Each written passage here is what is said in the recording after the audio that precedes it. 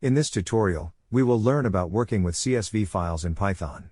CSV stands for comma-separated values, which is a common file format used to store tabular data. It's a great way to organize and manage data in a structured manner. Let's dive in and explore how to use CSV files in Python.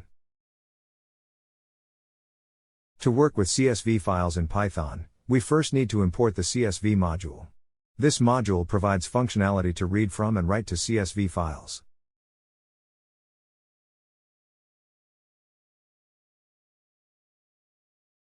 Let's start by understanding the syntax of CSV files.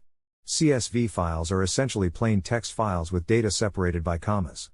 Each line in the file represents a row of data, and the values within the line are separated by commas.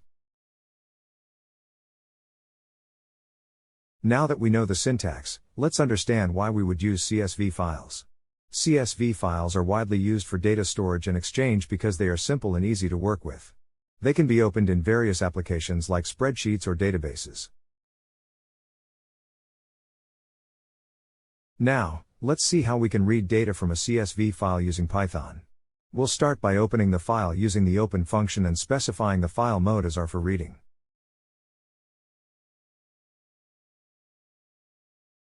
Here, we use the csv.reader function to create a reader object that allows us to read data from the CSV file. We pass the file object as an argument to this function.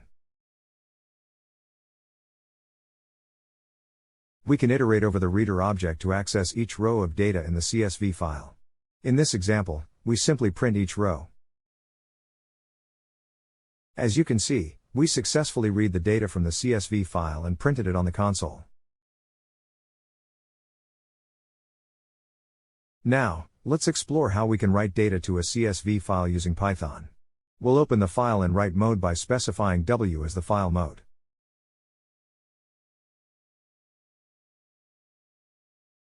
Similar to reading, we use the csv.writer function to create a writer object that allows us to write data to the CSV file.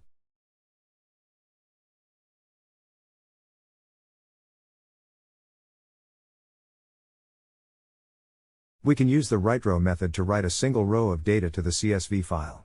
Here, we write 3 rows of data. And that's it.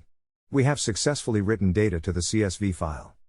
CSV files are a powerful tool for managing and organizing data. They are widely used in various industries and can be easily manipulated with Python. I hope you found this tutorial helpful.